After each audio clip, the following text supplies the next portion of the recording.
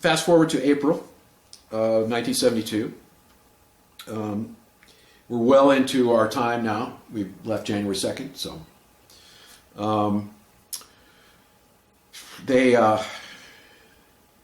I was number 2 in a 3-ship. The flight color, the name was, we used color, they used colors. These were randomly assigned by computer, you know. So we were Aqua 2.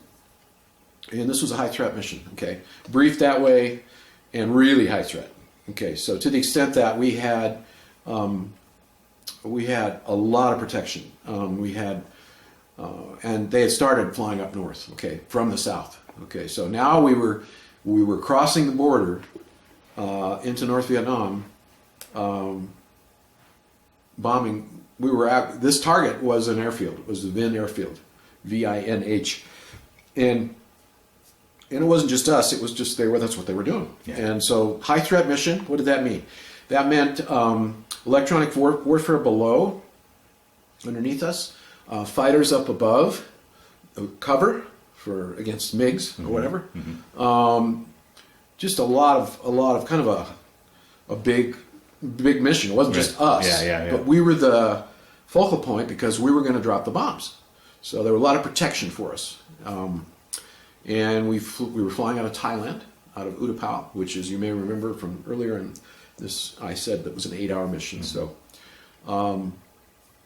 so there we were. We got to the closer to the target. We were up in the north, and we started getting all kinds of signals. You know, all the uplink, what they call uplink radar, which is the radar for the SAMs, and where they try to find you. And normally what they would do, they would target, this was later, we found this out, but they would target the number 1 airplane because they knew that's the guy that's got to be where he should be. So he's going to be the one to follow, and then they'd hope to hit 2 or 3, see. They wouldn't really be aiming to hit him. He was mainly just going to give them the guidance so that they could get one of the other guys. And this continued.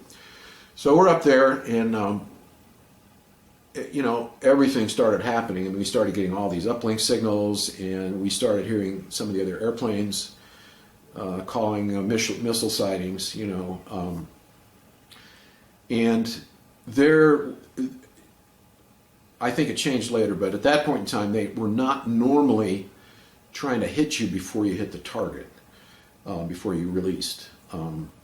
So we went in and did our release. And we were already getting a lot of uplink radar, but we weren't really seeing anything at that point, as I remember. But we did our release, and man, it just, everything hit the fan. Oh. Everything hit the fan. I mean, they, you know, then we started seeing missiles, you know. Oh. I mean, they just started launching at us. And so we immediately, I mean, we just got the bombs off, and I don't even remember the exact sequence, but who said what, whether the lead told us or whether, I don't even remember that part, it's funny. But we started our evasive maneuvers, okay? So essentially what that was, now you remember we have the 3 ships, okay, and they're flying in echelon like this. So the evasive maneuvers was where you forgot about the formation, okay? You were no longer concerned about the formation. What you had to do was perform the evasive maneuver, and the lead would go one direction, and you would go, I was number 2, Aqua 2, so we would go the other direction, and then the number 3 would go the other direction from us. So now you've got 3 airplanes all doing this kind of this scissor thing. But what it was it was a 45-degree bank, okay, angle, which is pretty steep. Yeah. We do steep turns at 45 degrees. You know, now you never do that in a commercial airliner. 45 degrees of bank, climbing and descending over 1,000 feet above and below the base altitude. Okay, so climbing and descending, and 45 degrees of bank, going 30 degrees to the left off of the main heading, and then coming back to 30 degrees to the right off of the main heading, and just keep this up. So you're up and down. Can you picture it? You're just all over the place. So the idea is make it very difficult for them to hit you and fool the missiles. See. So we're doing the evasive maneuvers, and we're on our own at that. See, we're not part of the formation anymore. We are, but we're just on our own. So I start out to the right, and number one goes to the left, and we get over to 30 degrees, and we're going up and down, and I come back to the left, and of course now we're seeing missiles, and we're calling, we're hearing other guys call them out. Wow. And then so I go right, left, right. Now I'm coming back to the left again, okay, and I get 30 degrees off and begin my turn back. And as I remember, I was climbing, and I roll into about 30 degrees of bank. And when I hit about 30 degrees, this missile that hit us was coming up. And so, the missile is trying to track you, they lock on you with radar. They literally lock on. And there's an uplink radar, and then there's a lock-on radar that you become the target, and it's locked into the missile's computer, see, so that it hits you. Well, it's not set up to deal with the maneuver, see. So I'm coming now back, the missile's coming up, and I hit 30 degrees of bank, and here's the missile, and he's going, and he's almost got like a brain to some degree. He's thinking, uh-oh, I'm not going to hit him because he's just turning back. So I'm going to have to try to hit him. So I'll go over the top like this, what they call an apogee, And the missile's fused three ways. Direct hit, obviously, blows up. Proximity fuse, what is that? A metal sensing device. Okay, senses the metal of the airplane, blows up. The other is a button on the ground. I don't know that they ever used that. Yeah. So, missile's right here, right off of the left wing. Picture the wing like this. Metal sensing device says blow up. Okay, the missile's known to have a conical spray of shrapnel. The high explosive comes off the nose of the missile. And the missile blew. And so in the airplane, huge flash, okay, like huge, and huge, just a huge explosion, okay, boom, just as big as you can imagine. And so it was crazy, So then the first thing I did was, and I didn't have this planned, it's just what happened. First thing is, well, am I still here? Of course, rapid decompression, fog in the cockpit. We were on oxygen, we were all ready to go. Am I still here? Yep. Looking at myself, yep, I'm still here. Okay, second thing you learned, fly the airplane. Always fly the airplane. Okay, training, key in so many things in life. People don't realize how important training is. Because you learn ahead of time what to do, and if you take it to heart, you're going to do the right thing. So, fly the airplane. I've got my hands on the controls when this happens, see. I've got my hand on the throttles, I got my hand on the yoke, I'm flying. I'm manually flying the airplane. Okay, am I still flying? Yes. Okay. Then I could go, okay, now we're going to assess the damage. Okay, one of the things in the flight manual, probably still there today, the beginning of the emergency procedures section of every flight manual had three things. Stop, think, collect your wits. Okay, very important. That's what you had to do then. Okay, I had to stop. Okay, I'm alive, I'm here, I'm flying. Yes, the airplane is still flying. I don't have to say bail out, not yet anyway, I hope. Yeah. And then we stop, think, collect your wits. That's what we began to do. Okay, let's assess the damage. I'm talking to my co-pilot. Okay, what's happening downstairs? They're telling me they're covered with fuel. Fuel's leaking into the crew compartment, where the radar is. I tell them to turn everything off. Actually, before I did that, I got a crew check. Everybody okay? Everybody checks in. Nobody hurt? Nobody's hurt. Wow. Yeah, checked in with everybody. That's the first thing too. Then begin to assess the damage. Okay, and then beyond that, since I was flying the airplane, we called Mayday, of course. I called Mayday as soon as it happened, 3 times. You say it 3 times, and then I called it twice. Mayday, Mayday, Mayday, Aqua 2, we're hit, and then we began to turn towards the ocean. Because going back to what I said earlier, I didn't want to bail out if I didn't have to. And if I had to bail out, I wanted to bail out over the ocean, okay? Because then I'd get picked up, and the crew would get picked up. Were you pretty deep into North? Not real far from the ocean, but Vin was sort of just inland from the coast, so we weren't that far, But if I had to bail out right then, I was done. I was going to land in North Vietnam, or even later, So head for the ocean. So that's what I thought of right away. And to this day, I don't know where number 1 went. I lost him completely. Number 3 stayed with me somehow, or caught up to me, because we were all over the place.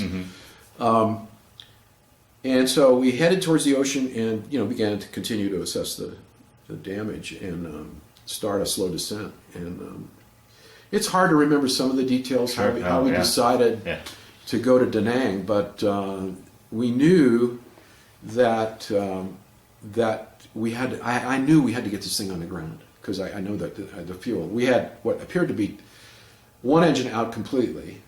We didn't know anything about the fuel. All the fuel gauges were just. I mean, they weren't dead, but we knew they weren't accurate anymore. Right. And so we had no clue. I mean, the myriad of things going through my mind was unbelievable, because okay, I don't know how much fuel we have. I don't know how long we can stay in the air. I don't know if the gear's going to come down. I don't know if the tires got damaged. I don't know if the flaps are going to come down. I don't know if we're going to get on fire. How was actual control of the plane? Were you still? It was okay. Okay. It was okay. I let the airspeed get way too high in the descent. I think it was another blessing, if you can call it that. This is my own assessment. I think it was the thing that prevented us from getting any fire, because I think it sucked a lot of the fuel away from where there could have been problems, a lot more problems. And it was just amazing that, I don't know. It was really strange that that happened. But I got up to almost to the maximum airspeed the airplane was supposed to have when I realized, and I wasn't steeply descending. I just let her go, and all of a sudden I realized, and I went, whoa, we're going way too fast. And because the sound level went way up too. So I think it was one of those weird things that just happened, and I couldn't put my finger on it. Still can't today, but I think it saved our bacon in a lot of ways. So anyway, we get down towards Da Nang, and this is a little before 7 in the morning when we got hit. Just getting light. And we decided Da Nang is where we're going. And we did know that the only B-52 that had gone in there several years before for mechanical problem had run off the end of the runway. Not a good thing to think about at that point, but we didn't have a choice. I had to get it on the ground, because I knew the fuel was. These guys got soaked in jet fuel downstairs, and everybody had windows now. Everybody had holes they could look out of. The electronic warfare officer had a window next to his. He was leaning forward. He leans back. And he goes, "Oh, there's a hole in the skin." Wow. Yeah, it was crazy. So, get down into the pattern and start our descent and into the local area and call the Da Nang Tower.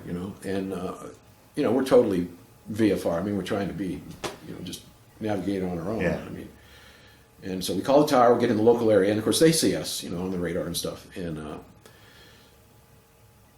they didn't really tell us. Well, they did tell us the field conditions. I mean, we were in the weather. It was IFR, low ceiling. Jeez. We get on downwind. Okay, now they've got us lined up. They're giving us directions. They got us on downwind, and when we contact the radar guy on the ground, approach control. He says, be advised, you're number 6 in emergency in the pattern. You're number 6 emergency in the pattern for Da Nang, okay? So that means there's 5 other airplanes, all with emergency squawks. Emergency would be 777 on the identification, friend or foe, the identity device. Shows up as a big blip on the radar screen. Number 6, okay? So there we are. and think about all those things too. Okay, is the gear going to come down? Well, the gear comes down, but the tire's going to be blown. You know, is the chute going to work? Because we had a drag chute, we had pretty much had to use it all the time. We used it all the time, but the flap's going to come down. So that went through all that stuff, and finally, it took us out on this incredible extended downwind. You know, with all these other emergencies ahead of us. Finally, turn us base. Finally, turn us to the final approach heading, and so we're in the weather. IFR, can't see anything. Driving in towards the landing, you know, and we get about, I don't know, 5-6 miles out, and the tower comes over guard and says, "Be advised, all aircraft in the pattern for Da Nang, we are now getting small arms fire on short final." Oh, geez. Okay, short final is just, you know, the area right off the end of the runway, and there's some guys down there shooting with small arms at the airplanes. It was like, what next, you know? So all this stuff's going on, and we didn't have any problem with that. I mean, I didn't see anything. We broke out at about 1,200 feet, you know. It's kind of a classic day, you know. It was raining, not heavily. Everything was wet. You know, the runway was, you see the runway, we're lined up. You know, it was gray kind of a day, and of course then I'm thinking, okay, do we have tires? Will the chute come out was the big thing, because it's only a 10,000 foot runway, see. And we would normally need 12 for takeoff, and landing wasn't so critical. So I end up coming in a little bit hot, and we bounced a little bit, which is really rare for me, but I was pretty shook up. Yeah, fair enough. And, you know, bounced a little bit once, and then settled back and put it on the ground. And the aircraft commander controlled the chute. So I pulled the chute, and the gunner, of course, sitting back there, he can see it. And he called right away and said, "Good chute." And I went, oh, okay. Because I needed that chute because of wet runway and all that, you know, and I didn't know what would happen otherwise. So and immediately then we're on the rollout, and we got plenty of room before, you know, we got to the end. We actually stopped well before, and so we kind of had to taxi a little ways on the runway. And of course I had my co-pilot looking for where we're going to park. It was so stupid at the time. I just, you know, we were just doing our normal thing, you know, and he said, "I think the taxiways are too narrow. They're only 100 feet. You know, we needed 150. Oh. And I said, "Well, where are they going to park us?" And with that, then what they call the Deputy Commander of Operations. That's the guy that basically is assigned to running the whole airfield at any Air Force base. It's called the DCO. He comes up on guard and says, "Pull that airplane onto the apron and shut it down immediately." You know, I mean, emphatically says this over guard on the radio.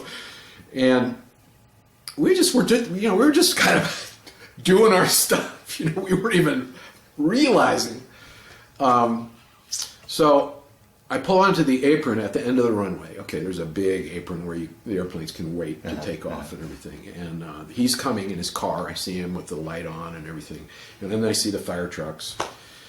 And they're all coming and pull the airplane over and shut it down, you know, and tell the crew to abandon aircraft, you know. It's just like a ship, you know, and the last guy to go is me. And I have to make sure everybody's off, you know, safely. So they all got off, and they all got out by the side of the airplane, and I'm still sitting in there, and I sat there for probably not very long, but it seemed like I sat there for a little bit, and I was just going, whoa, I can't believe we made it. I didn't even have a clue then. I knew it was bad, but I didn't know how bad. So then I get out, and I walk over to where they're standing alongside the airplane, and I look back at that thing, and, you know, the fire trucks are already starting to, they weren't foaming at that time. I don't even know if they had foam. They were hosing it down, you know, and the fuel was just running out of the bottom of the airplane, all over the place. It was like the picture in my mind is like the airplane is just peeing, like it has to really pee. Wow. You know, like a human, Jeez, when you really have to go. Yeah. It's running out that strong. Oh, man. So, you know, I look at that and I just go, you know, wow. Well, we didn't stay there very long because there was operations going on. You know, we stood out there for a little while till they could get a bus over to pick us up. But and it took us back. It took us back to Utapao. And I remember walking in my room. We were housed in trailers at Thailand, and the aircraft commanders had just a two-man trailer. It was a tiny little. It wasn't a very big trailer, but you had your room on one side, your partner's room. You didn't really know him necessarily. On the other side, with a bathroom in the middle, and you had bunks, but it was just the aircraft commanders. They let them be by themselves, which was great. I remember walking in there and just going. I might have not. I remember opening some of my drawers on my dresser and saying somebody else might have been getting my stuff. Yeah, right. Oh, I mean, that's what man. hit me. You know? Yeah. Oh, yeah. It just was strange. Yeah. It was just really bizarre, you know. And I was just pinching myself that I was still alive, that we'd made it. You know, I was like.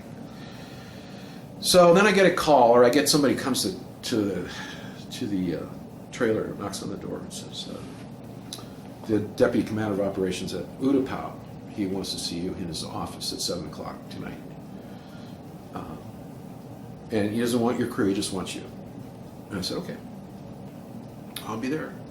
So, you know, I had to put my uniform on, and, you know, because I was just hanging out at that point, probably thinking about going to bed. So I get my uniform on and go over to the offices and walk in. Of course, everybody's gone. You know, it's just like here. I mean, work day's over, and they work a regular day, most of them. And nobody there. And find his office and knock on the door, you know.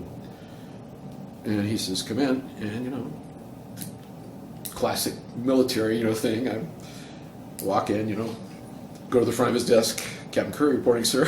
He says, be at ease. Have a seat." And he's got a red notebook on his desk.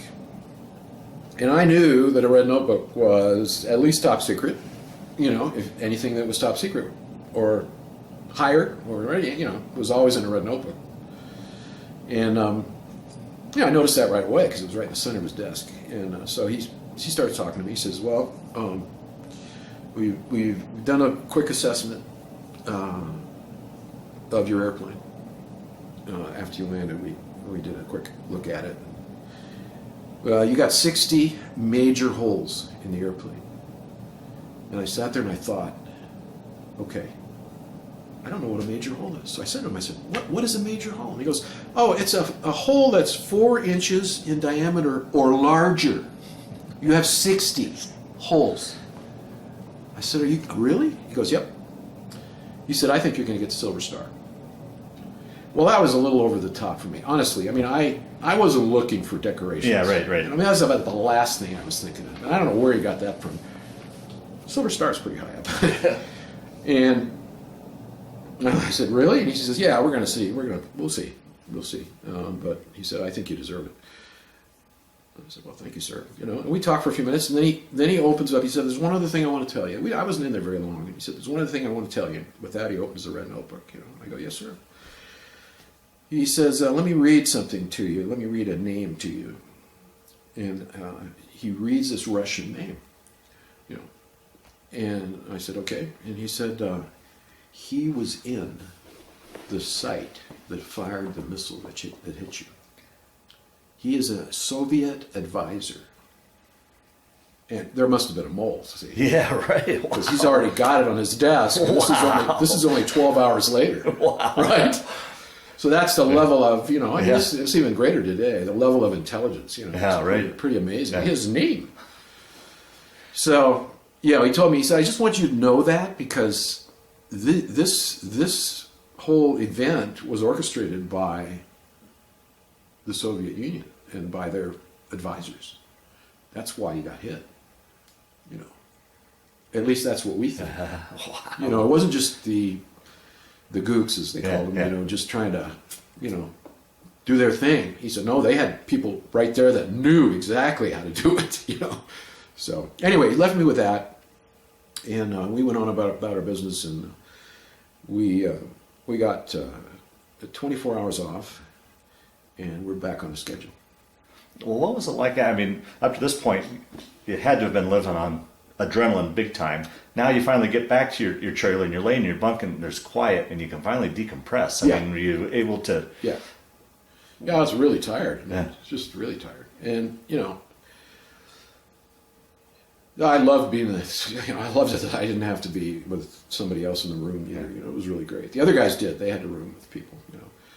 My navigator and my co-pilot roomed together, and the radar and the electronic warfare officer roomed together. They had bunks, but it was nice just to be alone. But I decompressed, but I was back on the schedule the next 24 hours later. And guess what? We went right back up north again. Oh, jeez. Yeah, Wow. we did. Well, part of that was good. I wasn't upset with that. I mean, part of it was, you had Getting back on the horse type of you mentality, you had to face reality. yeah. It's not over. It's not over. You got to get back in there. You got to do your job. And we did it.